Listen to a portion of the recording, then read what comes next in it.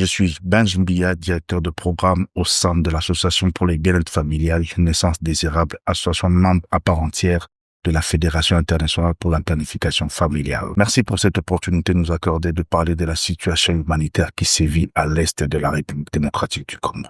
La situation demeure grave, avec un niveau de vulnérabilité très accru, surtout pour les femmes et les jeunes filles.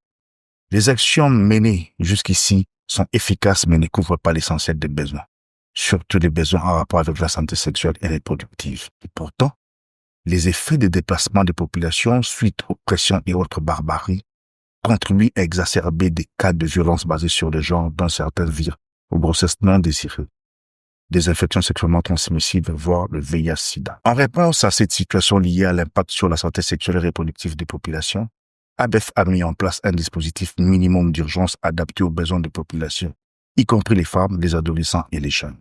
Il s'agit de services de qualité des planifications familiales, de la prise en charge des IST et du VIH-Sida, des survivantes aux violences sexuelles, des soins complets d'avortement à travers un réseau d'établissements de soins de santé dans les provinces du Nord et du Sud Kivu. Nous avons, grâce aux fonds mobilisés chez nos bailleurs, IPPF et l'UNFPA, à qui j'adresse les remerciements de toute la population de la zone Est de mon pays, assuré une prise en charge qui contribue à l'amélioration de la santé sexuelle et reproductive, surtout de la femme et de la jeune fille.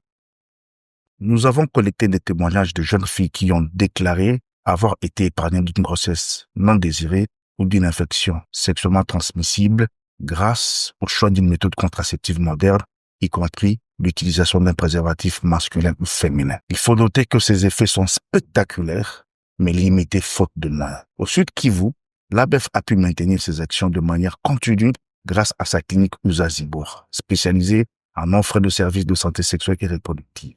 Laquelle clinique est devenue une référence pour l'offre de services de qualité dans cette zone avec des effets observés dans l'amélioration de la santé sexuelle et reproductive de la femme et de la jeune fille, surtout pour les services de la planification familiale qui constituent la principale stratégie de lutte contre les grossesses non désirées et des infections sexuellement transmissibles, voire le VIH-Sida. Cependant, le Nord Kivu n'a pas eu cette chance parce que notre bureau relais avait fermé ses portes après l'installation d'une autorité des fêtes et à cause de la difficulté d'accès humanitaire d'un côté de la région.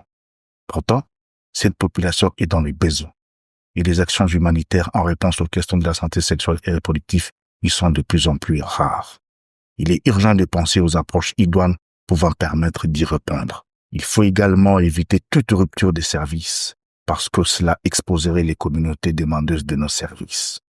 Pour y parvenir, il faut prioriser la disponibilité des commodités et des autres intrants, surtout dans les zones difficiles d'accès.